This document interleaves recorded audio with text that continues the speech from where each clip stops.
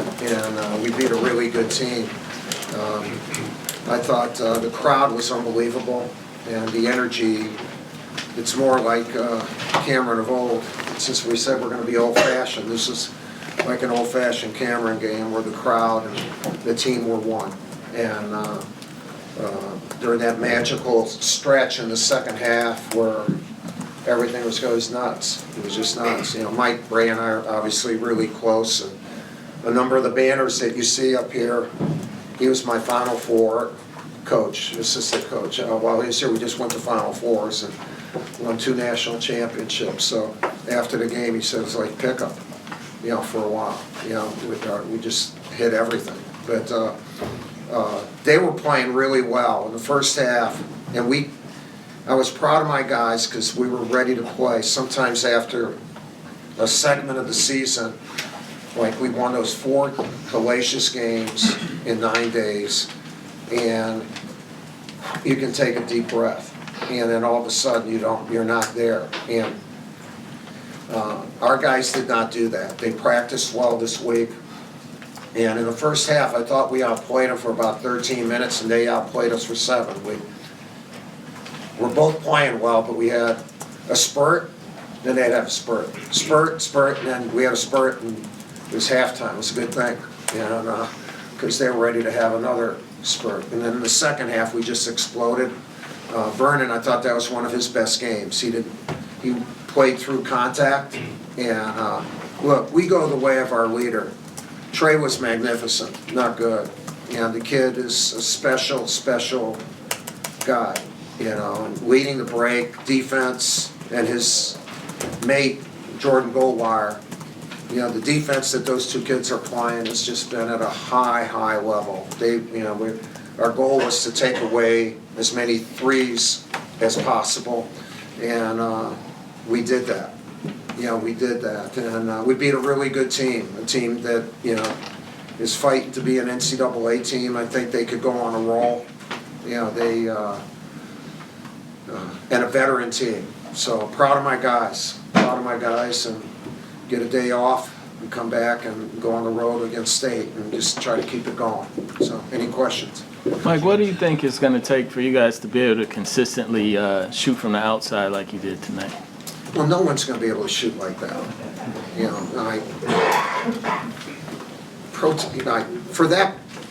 for that period of time, that was crazy. You know, that's not coaching, or how are you going to do that again? I don't know.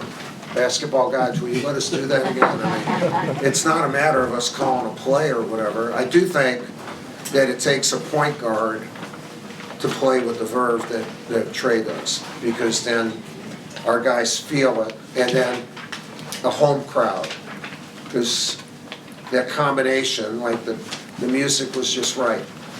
The conductor, the music, and then all of a sudden the dancing was terrific. And but, you know, and we want our guys, when they're open to shoot. Our bench did not help us in the first half. We got zilch. That means nothing, by the way.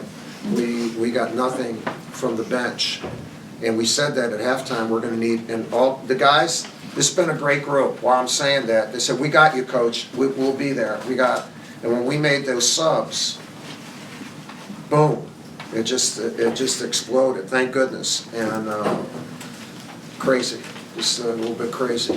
There was a point in the first half when it was really close. There was a timeout. You guys rip off 4 straight scores, have 2 turnovers.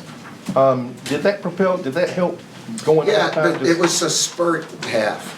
Yeah. And then when we went to the bench, when we came in, and they didn't talk on defense. Because when we went to the bench, then we're going to switch 1 through 5 because Jav can play that. But when you switch, you got to yell, switch. Yeah, that's a key thing, and switching. And we didn't do that, and they're good offensively, really good, and they took advantage of it. And in the second half, our defense was outstanding, and it starts with those 2 kids, Trey and Jay Gold. Mike, a couple of you guys said that a key part of the game plan was to take their legs away from them. Can you elaborate on that a little bit? Well, we have more depth. We play at a quicker pace. I don't know if we did that or not, but we have good legs. We're in really good shape. And the way we've done the whole season is to play a lot of guys, so we can stay fresh. And the thing Vernon did today, he played through tired, where you couldn't sub. Like, it's the end of a clock, the 4-minute went to 5 minutes. And sometimes during that minute and a half or so before a whistle or the timeout, that's the next step for him, and he did that tonight. So they don't play at the pace we do. So part of it is being able to, if you're run a mile in 6 minutes and we run a mile in 5:15, let's run the mile in 5 tonight. But in order to do that, you got to play defense.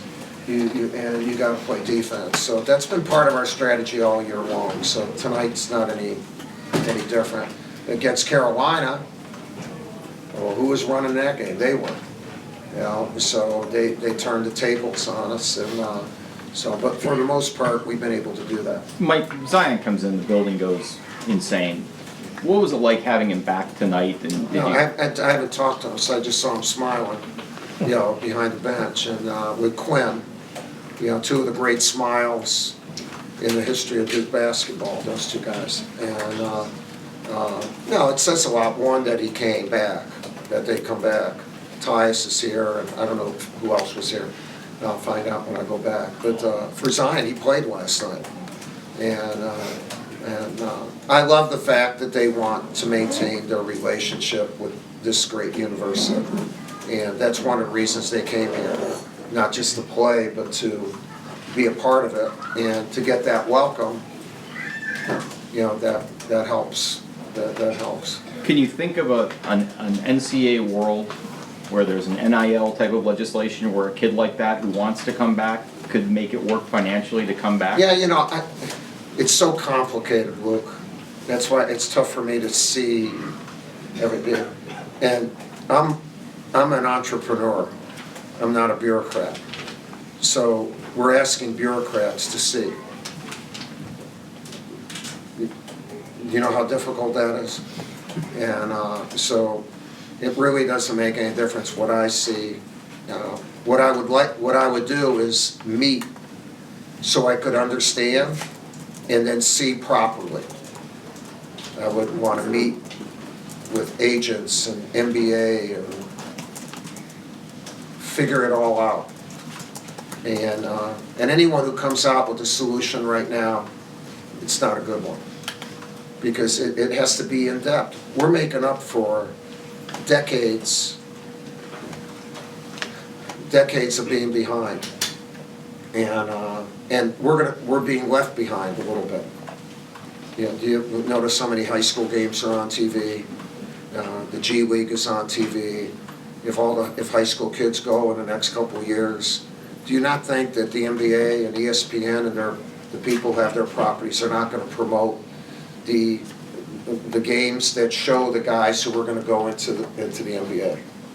And so the competitive element there is increasing before our eyes, at least in entrepreneurs' eyes. And but I don't have the solution. I'd love, when there's time, to help try to be a part of solving it. The game obviously has been not good to me. It's been like that, for me. And I've been the luckiest guy in the world. But I love the game, and there is a spot in this world for Duke against North Carolina, Michigan against Ohio State, where it's not a player, but once the NBA has promoted stars, and when the guys have left early, ESPN and everyone has promoted stars in college and used the same marketing thing. Whoever would be in charge needs to make sure that we always do tradition, and where these kids are part of it. And Yeah. That's the beauty, and that's the niche we have. We don't have a player's niche, we have a traditions niche that needs to be celebrated. And I think it would be celebrated with our partners. We should look at the NBA and high school and G League and all that. It's our partners. And I still say, when one of these kids is 15 and we recognize that they're good, they have a journey of about 20 years. That's about their life and playing. Whoever benefits from that journey should get together so that each part of the journey is coordinated the right way. I think that makes sense. From high school to college, G League, or whatever it is, to the pros and whatever. In other words, take care of the game. You take care of the game by taking care of the kids who become men, who become stars along the way. And we should be a part of that. And we have to figure that out. I hope I'm not going too much, but well, I've said this for a long time, so no one cares what I say. And which is I do. Not when you grew up, though. You were a bureaucratic teenager. That's probably the worst thing I ever did. Anything else, Coach? Anything else? Yeah. Since it's not as coordinated. I'm sorry? Since it's not as coordinated. It's not. But since that's the case, how does that affect the advice you give a guy like Zion when his initial reaction is, I want to return to it? No, well, I tell him to go because he can't afford not to go. But then I'd like to be able to tell him how he could finish. And that's where our school has to, and they're trying, Vince Price is trying to figure that out. Like Will Avery is back, and that, where maybe that's part, and the thing with some of these kids, look, not every kid that goes to college graduates. They invent stuff, They become zillionaires. These kids, they're not gonna come back to school making all that money. But we still want them to come back and be a part of our school. Just like some undergrads they're inventing something today that is gonna go crazy, and then they're gonna say before their junior year, let's do this. And it's okay for them. We want them to be a part of what we're doing. So anyway, it's all good, and the money aspect of this is staggering. So the money that the NCAA makes and the money the NBA makes, we're dealing with an inordinate amount of money. And God bless everyone. That's good for the guys. That's good for them. But it's complicated. It's complicated. Just asking Congress to do something, are you kidding me? They don't talk from one side to the other, right? Anyway, I don't want to get political. All right. All right, thank Thanks a lot. you. All right, take care.